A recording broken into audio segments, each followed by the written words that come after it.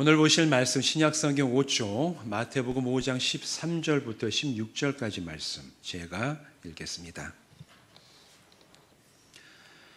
너희는 세상의 소금이니 소금이 만일 그 맛을 잃으면 무엇으로 짜게 하리요? 후에는 아무 쓸데없어 다만 밖에 버려져 사람에게 밟힐 뿐이니라. 너희는 세상의 빛이라.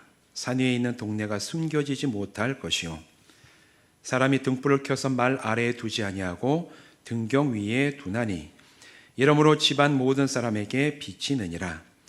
이같이 너희 빛이 사람 앞에 비치게 하여 그들로 너희 착한 행실을 보고 하늘에 계신 너희 아버지께 영광을 돌리게 하라.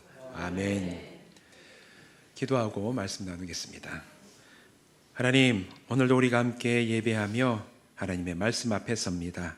성령님 이곳에 오시고 우리의 심령 가운데 좌정하여 주셔서 진리의 빛을 비추어 주시며 이 말씀을 영의 양식이 되고 우리가 살아갈 진리의 방향이 되고 세상을 향해서 외칠 진리의 깃발 되게 하여 주시옵소서. 예수님의 이름으로 간절히 축복하며 기도하옵나이다. 아멘.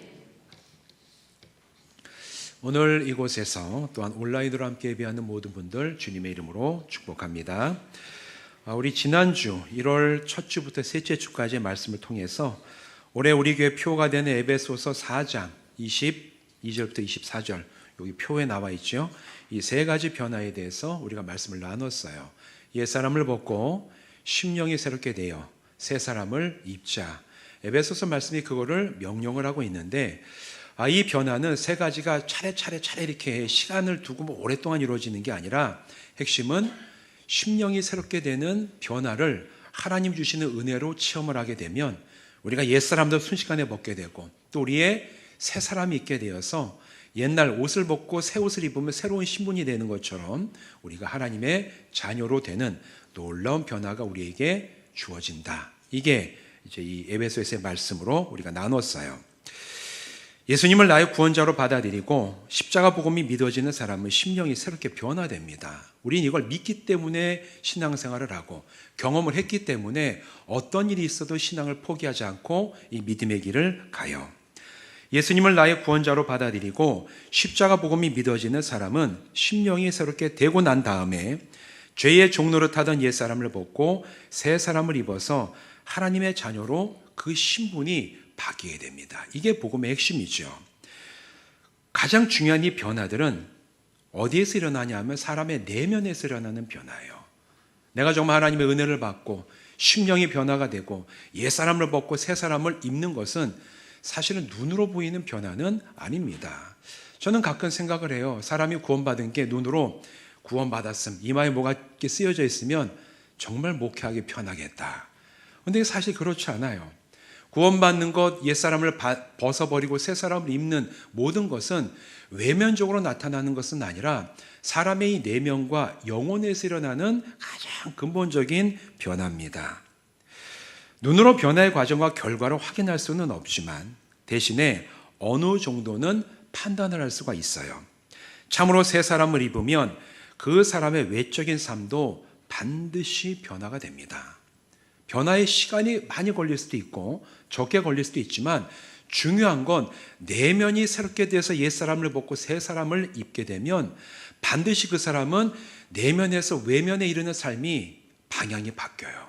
그리고 그 바뀐 방향의 변화들이 때로는 길게 걸릴 수도 있고 짧게 걸릴 수도 있지만 반드시 삶 속에 나타나게 됩니다. 그런 그 변화의 방향은 과연 어떤 것인가? 그 변화의 방향과 성격을 알려주는 말씀이 오늘 우리가 읽은 이 말씀, 예수님이 하신 제자들 향해 선포하신 소금과 빛의 비유에 아주 잘 드러나 있어요. 이 시간에는 그리고 다음 주까지 이 비유가 오늘 우리에게 주시는 영적인 의미가 무엇인지, 어떻게 우리는 이 말씀을 나의 믿음의 여정에 적용할 수 있는지 우리가 여기에 대해서 함께 살펴보려고 합니다. 오늘은 특별히 소금에 대해서 한번 얘기를 해볼까 싶어요. 여러분, 소금이 필요하죠. 소금은 사실 인류의 역사에 있어서 고대 때부터 오늘날에 이르기까지 꼭 필요했던, 모든 시대에 반드시 필요했던 물질 가운데 하나예요. 그게 소금입니다. 근데 여러분, 소금은 굉장히 흔해요. 소금처럼 흔한 물질은 없습니다. 그래서 사실은 뭐 전 세계 골고루 퍼져 있는 자원 보면 기름은 어디에? 산유국은 몇 군데 제한되어 있잖아요. 우리나라 산유국이 아니죠. 그리고 어떤 자원은 어디에 몰려 있는데 소금은 전 세계 모든 자원으로 골고루 분포하고 있는 게 소금입니다. 그런데 분포는 하고 있지만 소금을 아주 정제된 소금을 얻는 것은 쉽지가 않아요. 예수님 시대에는 소금이 필요하기도 했지만 굉장히 귀한 물질이었습니다. 보통 이제 예수님 시대, 성경 시대에 이 팔레스타인 가나안 지역에 있어서 소금은 사해라고 하는 아주 이게 물이 졸여져 가지고 소금만 남아있는 짠 물만 남아있는 그 사해 근처에 암석같이 돌같이 굳어있는 그런 암염이라 그랬는데 그거를 깨와서 잘게 부시고 가늘게 갈아서 그거를 소금으로 팔기도 하고 소금으로 사용을 했어요. 오늘날 우리가 사용하는 것 같이 하얀 소금 아주 먹으면 짜고 이거는 정제된 소금이에요. 정제된 소금은 고대 사회에서 굉장히 귀했습니다. 대부분은 암석으로 되어 있는 걸 부수고 갈아서 소금처럼 사용했는데 문제는 그 소금에는 소금 진짜 염화 나트륨이라는 그 소금의 성분뿐만 아니라 다른 광물들까지 많이 섞여 있어서 때로는 염도가 낮은 것도 많았고 아니면 소금처럼 생겼는데 짜지 않은 게 있었어요. 바로 그런 배경이기 때문에 오늘 예수님이 이 소금의 비유를 들어서 너희는 세상의 소금이다 말씀하시는 이 비유가 그 당시 사람들에게는 굉장히 현실적으로 들렸던 비유의 말씀이에요. 소금은 귀하고 굉장히 중요했기 때문에 사람들은 이 소금을 하나님께 드리는 제사에도 사용했고 또 사람들이 맹세할 때도 귀한 걸 놓고 맹세를 하는데 소금을 그 가운데 놓고 소금에 맹세를 하고 맹세할 때도 이 정제된 소금을 가지고 사용하기도 했어요. 당연히 소금은 사람들의 일상생활에도 쓰였는데 부패를 막는 데 쓰였고 가장 널리 사용된 경우는 어디입니까? 음식의 맛을 내는데 사실 소금이 제일 많이 쓰였습니다. 이처럼 소금은 일상생활에서 아주 요긴하고 중요한 물질이에요. 그리고 소금을 먹지 않으면 사람은 이 염화 나트륨이 몸에서 빠져나가면 죽습니다. 땀을 많이 흘리는데 이 염분이 공급이 안 되면 죽게 되죠. 그래서 더운 지역에서는 더더군다나 이 소금은 인간이 생명을 유지하는 데 굉장히 필요한 물질로 여겨지고 그래서 더욱더 귀하게 대접을 받았지요. 예수님께서 제자들을 향해서 소금에 비유하신 가장 기본적인 이유는 그들이 다른 이들에게 소금처럼 선하고 유익함을 나눠주는 꼭 필요한 존재로 너희가 살아가야 된다라는 말씀을 하시기 위해서 소금과 빛의 비유를 말씀을 드렸어서 너희는 소금이다 이렇게 말씀을 하고 계신 거예요. 심령이 새롭게 되어 새 사람을 입은 그리스도인의 삶의 방향도 이와 같아야 돼요. 너희가 소금이라고 말씀하시는 것은 이제 정말 변화된 다음에 내가 심령이 새롭게 되고 새 사람을 입었다 그걸로 그냥 끝나는 게 아니라 그 다음에 너희가 사람들 사이에서 가정에서 일터에서 직장에서 일상의 삶을 살아간 너희의 삶이 어떤 존재처럼 살아가야 되냐? 소금처럼 살아가야 된다는 거예요. 사람들에게 유익하고 선함을 나눠줄 수 있는 그런 존재로 너희가 살아가는 것이 오늘 이 말씀을 들었던 예수님의 제자들, 예수님을 정말 주로 믿고 따랐던 사람들의 삶의 방향이라고 지금 주님은 말씀하고 계신 겁니다. 심령이 새롭게 되어 새 사람을 입은 그리스도인의 삶의 방향이 이와 같아야 되는데 반대로 자기중심적이고 죄성을 버리지 못한 사람들과는 다른 성품과 인격의 삶을 보여줘야 될 의무와 권리가 성도들에게 있다라는 거예요. 근데 이와는 반대로 다른 이들에게 전혀 유익이 되지 않고 오히려 다른 이들에게 손가락질 받는 행위를 하면서도 세상의 이 상식에 부합하지 못하는 모습을 지속적으로 변화되지 않고 아주 꾸준히 그런 모습으로 살아가는 사람은 소금과 같은 존재가 아닙니다. 소금이 될 수가 없죠. 그런 분들이 아무리 자기가 심령이 새롭게 되고 새 사람을 입은 변화를 경험했다고 주장할지라도 그 사람이 살아가는 모습을 보면 사실 그 사람은 변화되지 않았을 가능성이 훨씬 많아요. 왜냐하면 새 사람을 입은 것은 내면에서 일어나는 일이지만 새 사람이 되면 반드시 인생의 새 방향을 나갈 수밖에 없기 때문에 그래요. 말은 내가 새 사람이 되고 내가 심령이 새로워졌다라고 얘기하면서도 실제 삶에서 살아가는 모습은 전혀 소금과 같지 않고 오히려 사람들에게 선함과 유익이 아니라 악함과 불이익을 주는 그런 삶을 살아간다면 어떻게 그 사람이 소금이 될 수가 있겠습니까? 어떻게 그 사람이 옛사람을 벗고 새 사람을 입어 심령이 변화된 사람이라고 얘기할 수가 있겠습니까? 그래서 예수님은 사람을 보면서 이 사람이 참 제자인지 아닌지, 정말 하나님의 사람인지 아닌지를 구분하는 기준을 말해두지 말라고 복음서 여러 곳에서 말씀을 하십니다. 마태복음 7장 16절에서 18절에서 예수님이 이렇게 말씀을 하시죠. 그들의 열매로 그들을 알지니 가시나무에서 포도를 또는 엉겅퀴 해서 무화과를 따겠느냐? 이와 같이 좋은 나무마다 아름다운 열매를 맺고 못된 나무가 나쁜 열매를 맺나니 좋은 나무가 나쁜 열매를 맺을 수 없고 못된 나무가 아름다운 열매를 맺을 수 없느니라. 이거는 예수님의 말씀이에요. 제 얘기가 아니라. 이런 말씀을 많이 하시죠. 주여 주여 하는 자마다 다 하나님 나라에 들어갈 거 아니다. 누가 들어가냐? 아버지의 뜻대로 행하는 자라야 들어갈 것이다. 우리는 말로는 내가 변화가 되었고 새 사람 입었습니다. 다 얘기할 수 있어요. 그러나 우리는 말을 가지고 그 사람의 진위를 판단할 수 없습니다. 진짜 판단의 기준은 그 사람이 살아가는 삶의 방향이 어디를 향하고 있는지, 그 방향이 정말 성경이 말하는 아름다운 열매를 맺고 소금과 같은 그런 존재로 살아가고 있는지 아닌지를 보면서 그 사람이 진짜 하나님 앞에 어떤 존재인지를 우리도 완벽하지는 않지만 어느 정도 짐작할 수가 있어요. 그래서 예수님의 말씀은 오늘날에도 엄중합니다. 그리고 이 말씀을 자기 자신에게 적용하여 성도된 나의 삶이 다른 이들에게 유익함을 주고 선한 영향을 미치는 소금과 같은 존재로 주여 제가 살아가고 있습니까? 제가 그런 존재입니까?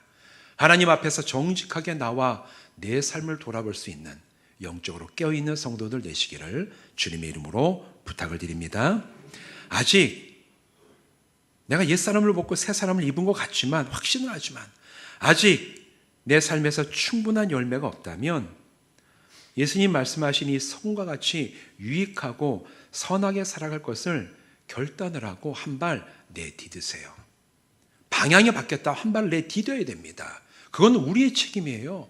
방향을 바꾸시는 것은 성령께서 우리의 삶을 바꿔주시지만 그 한 발을 내딛고 그런 삶을 살아가는 것은 우리의 책임이에요. 내가 이제 변화되었으니 성 같은 삶을 살아가겠습니다. 결단을 하고 그 방향으로 내가 한 발을 내디딜 때 하나님께서 우리의 결단과 사모함을 보시고 모든 성도들이 소금처럼 살아갈 수 있는 은혜와 능력을 각 성도들에게 풍성히 내려주실 줄로 믿습니다. 그래서 우리는 내 힘으로 살아가는 게 아니라 결국 하나님이 주시는 은혜를 가지고 소금처럼 살아갈 수가 있어요. 이것도 또한 우리가 기억해야 될 진리입니다. 그런데 오늘 예수님 말씀하시는 이 비유의 말씀 가운데 소금과 같은 삶을 살아가기 위해서 반드시 필요한 존재가 있습니다. 필요한 존재가 있어요. 소금이 녹아서 스며들어야 돼요. 우리 요리를 하시는 이제 아내, 엄마들은 다 아실 거예요.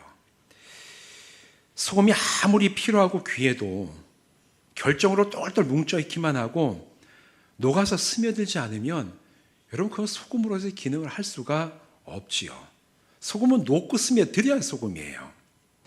소량의 소금이라도 녹아서 골고루 퍼져야만 그것이 짠맛을 낼 수가 있어요. 소금이 녹아서 아주 군데군데로 다 퍼져 들어가야지만 뭔가 부패할 게 부패하지 않을 수 있도록 바꿀 수가 있습니다. 기능을 할 수가 있어요. 여러분 염전에 가보셨습니까? 저는 어릴 때 염전 동네에 살았습니다.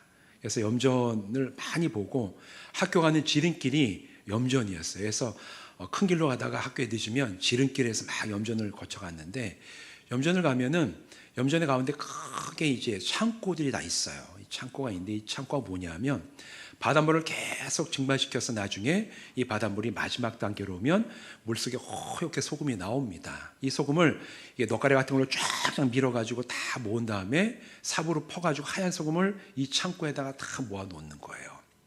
그래서 어릴 때 친구들이랑 이렇게 학교 가다가 그런 거 소금 창고 같은 데 들어가 봤어요. 들어가서 있으면 온몸이 절여지는 느낌이 나옵니다. 얼마나 염기가 높은지. 아주 이 하얀 소금이 이제 이걸 팔기 전에는 아주 언덕같이 쌓여있어요. 가득 소금이 엄청 쌓여 있는데 거기에 쌓여 있는 소금은 소금으로서의 아무런 기능을 하지 못해요. 왠 줄 아세요? 소금만 모여있기 때문에 그래요.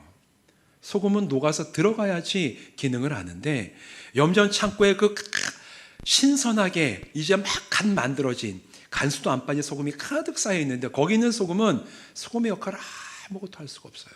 흩어지지도 않고 녹아지지도 않은 채 산더미처럼 쌓여 있으니까 아무 선한 영향도 미칠 수가 없는 소금이죠.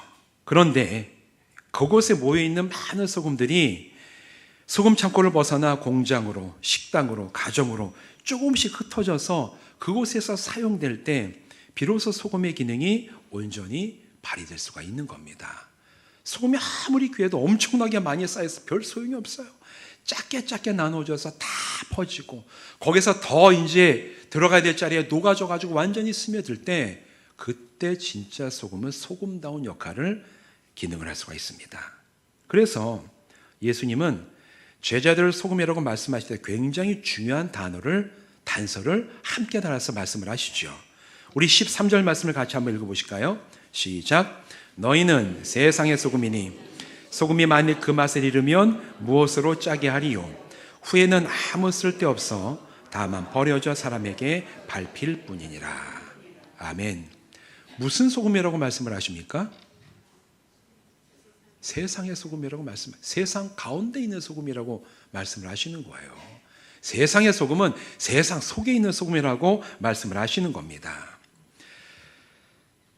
새 사람을 입은 그리스도인은 세상으로 나가야 된다는 얘기를 지금 하고 계시는 거예요. 그리고 그곳에서 녹아져서 스며들어 바로 이 세상 속에서 새 사람을 입은 사람은 그곳에서 소금과 같은 역할을 해야 해요.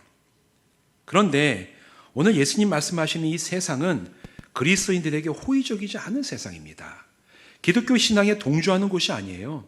어떻게 그걸 알 수 있냐 하면 바로 13절 앞에 있는 11절 말씀에서 이 세상 가운데 있는 성도들이 어떤 취급을 받는지에 대해서 얘기를 하세요. 이렇게 얘기를 하시죠. 나로 말미암아 너희를 욕하고 박해하고 거짓으로 너희를 거슬러 모든 악한 말을 할 때에는 너희에게 복이 있나니. 세상 속에 있는 그리스도인은 어떤 대우를 받느냐?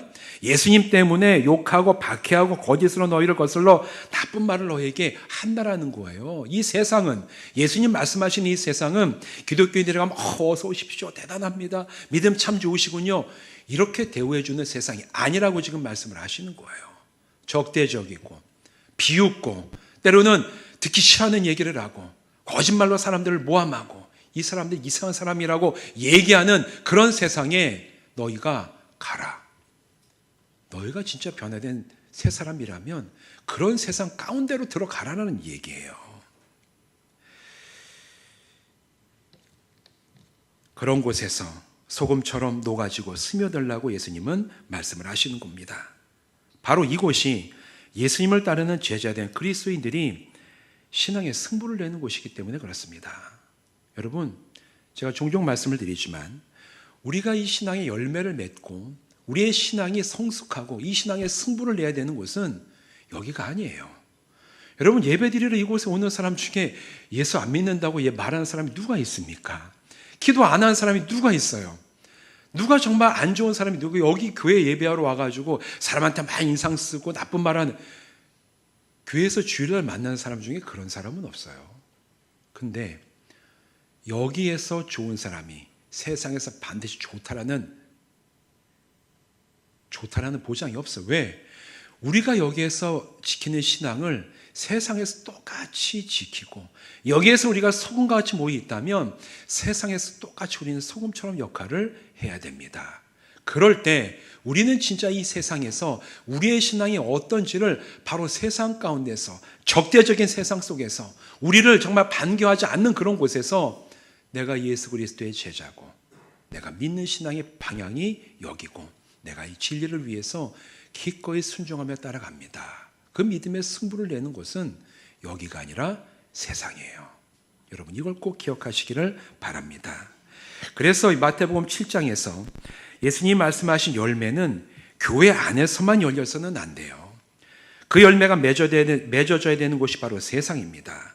내가 매일 밥 먹고 출근하고 공부하고 사람들을 만나는 그 세상 속에서 우리는 소금으로 역할을 해야 되는 것이고, 우리가 열매로 드러나야 되는 거예요. 아무리 교회에서 괜찮고 거룩한 성도로 보일지라도 세상에서 새 사람을 입은 자로 살아가기를 거부하고 소금처럼 선한 영향을 나누지 못하는 사람은 변화되지 않은 사람이라든가, 내면은 변화됐어도 그게 자기의 삶에 충분한 영향을 미치지 못하는 사람이에요. 우리 옛날 얘기에 방한 퉁소라고 있죠. 안에서는 큰 소리 내지만 밖에 나가서 꿀 먹은 벙어리처럼 아무 소리도 내지 못하는, 여러분, 오늘날 이 방한 퉁소와 같은 그리스도인들이 얼마나 많습니까? 방한 퉁소와 같은 목회자들이 얼마나 많습니까? 교회에서는 여러 가지 얘기하고 큰 소리 쳐도, 믿는다고 얘기해도 나가서는 그 믿음에 합당한 삶을 살아가지 못하는 사람. 교회 나가세요?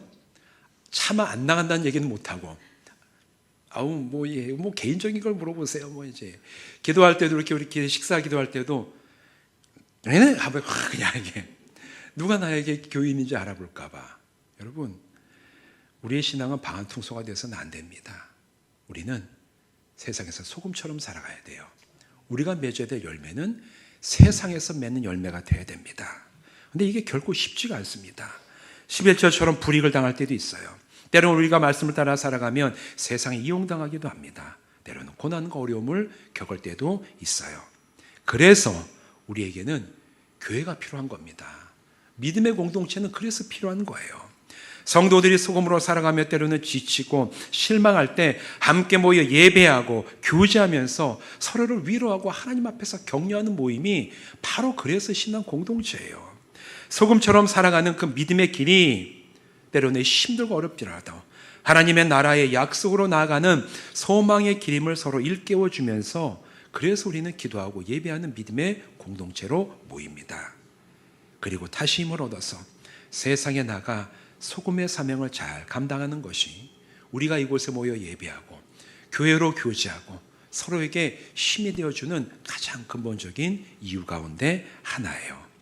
성도 여러분, 우리가 모여서는 서로를 위로하고 격려하고 힘을 주고 세상 곳곳에 녹아 스며들어 소금의 역할을 잘 감당하는 그런 성도 되시기를 주님의 이름으로 부탁을 드립니다. 마지막으로 이 소금의 가장 중요한 역할에 대해서 함께 생각을 좀 해보길 원해요. 여러분, 소금은 여러 가지 역할을 하고 기능이 있어요. 근데 소금을 제일 많이 사용하는 이유가 뭐죠? 맛을, 음식에 사용을 하죠. 짠맛을 내기 위해서 사용합니다. 근데 여러분, 우리는 소금의 짠맛이 중요하다고 얘기하는데 이거 깊이 생각 안 해봐서 그래요.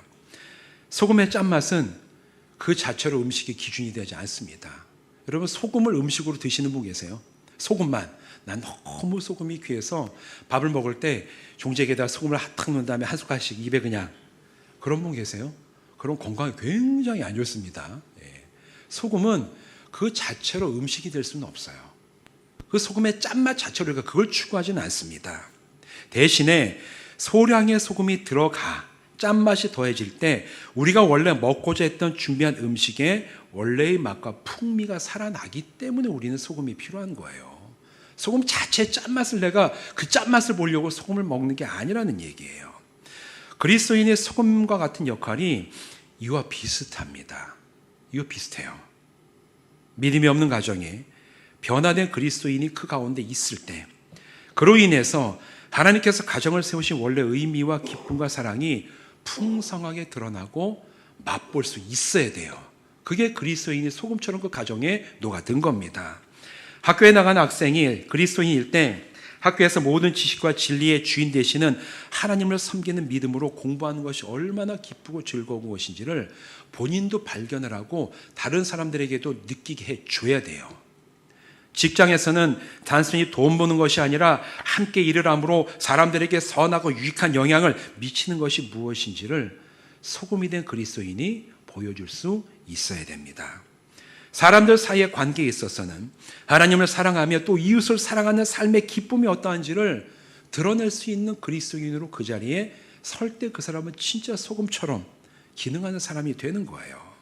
그래야지만 새 사람을 입은 그리스도인이 그곳에 있기 때문에 그곳이 살 맛이 나고 일할 맛이 나고 공부할 맛이 나고 함께 지낼 수 있는 맛이 온전하게 회복되는 것이 오늘 예수님 말씀하시는 소금처럼 주어진 우리의 역할과 사명인 줄로 믿습니다.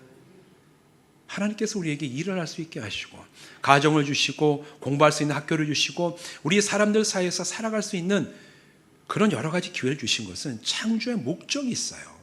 그 목적을 이루어서 원래 우리가 누려야 될 것을 풍성하게 느낄 수 있도록 살 맛, 그곳에 있을 맛이 나게 우리가 그곳에서 녹아지고 사명을 감당할 때 바로 우리는 작은 양이지만 음식에 들어가서 그 음식이 원래 느끼고자 하는 그 아름 좋고 풍미를 느낄 수 있는 기능을 하는 것처럼 여러분을 통해서 여러분이 속해 있는 바로 그곳이 원래 느끼게 될 맛을 느낄 수 있는 은혜가 있을 줄로 믿습니다.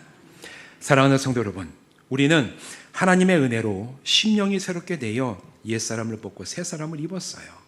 이 변화는 우리의 내면에서 끝나지 않습니다. 우리의 영혼이 변하고 세계관과 생각이 달라지죠. 그리고 이런 변화는 마침내 삶에서 변화로 드러나요. 그럴 때 예수님은 우리를 소금으로 세상에 보내십니다. 다른 이들에게 유익과 선함을 나누며 하나님이 허락하신 인생의 기쁨과 즐거움을 풍성하게 드러내는 예수님의 제자로 세상 가운데 살면서 위대한 믿음의 삶을 여러분의 삶 속에서 성취해 나가는 은혜가 있으시기를 주님의 이름으로 축원드립니다. 기도하시겠습니다. 하나님, 우리에게 복음이 믿어지게 하시는 놀라운 은혜를 주셔서 심령이 새롭게 되고 옛사람을 벗고 새사람을 입게 하시니 감사를 드립니다.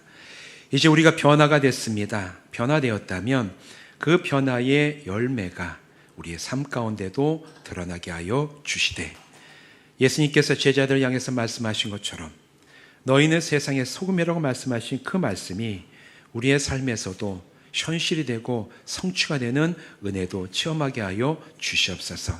하나님, 우리를 부르셔서 세상의 소금으로 보내셨사오니 때로는 이 세상이 그리스도인들을 좋아하지 않고 때로는 불이익을 주고 고난과 어려움을 주는 곳일지라도 기꺼이 우리가 그곳에서 그리스도인으로 서서 이 사람들 사이에 녹아지고 스며들어 정말 하나님께서 우리를 통하여 원래 그곳들에게 허락하셨던 살맛, 일할 맛, 가정의 맛, 공부할 맛, 함께 살아갈 그런 놀라운 맛을 회복할 수 있는 소금의 역할을 감당하는 저희들 되게 하여 주시옵소서.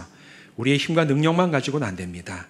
그러나 우리가 이것을 우리의 사명으로 알고 하나님 앞에 기도하며 구하며 나갈 때 성령님, 날마다 성도들의 삶 가운데 함께 하심으로 우리에게 주신 이 소금의 사명을 잘 감당하고 이루어가는 일꾼들 되게 하여 주시옵소서.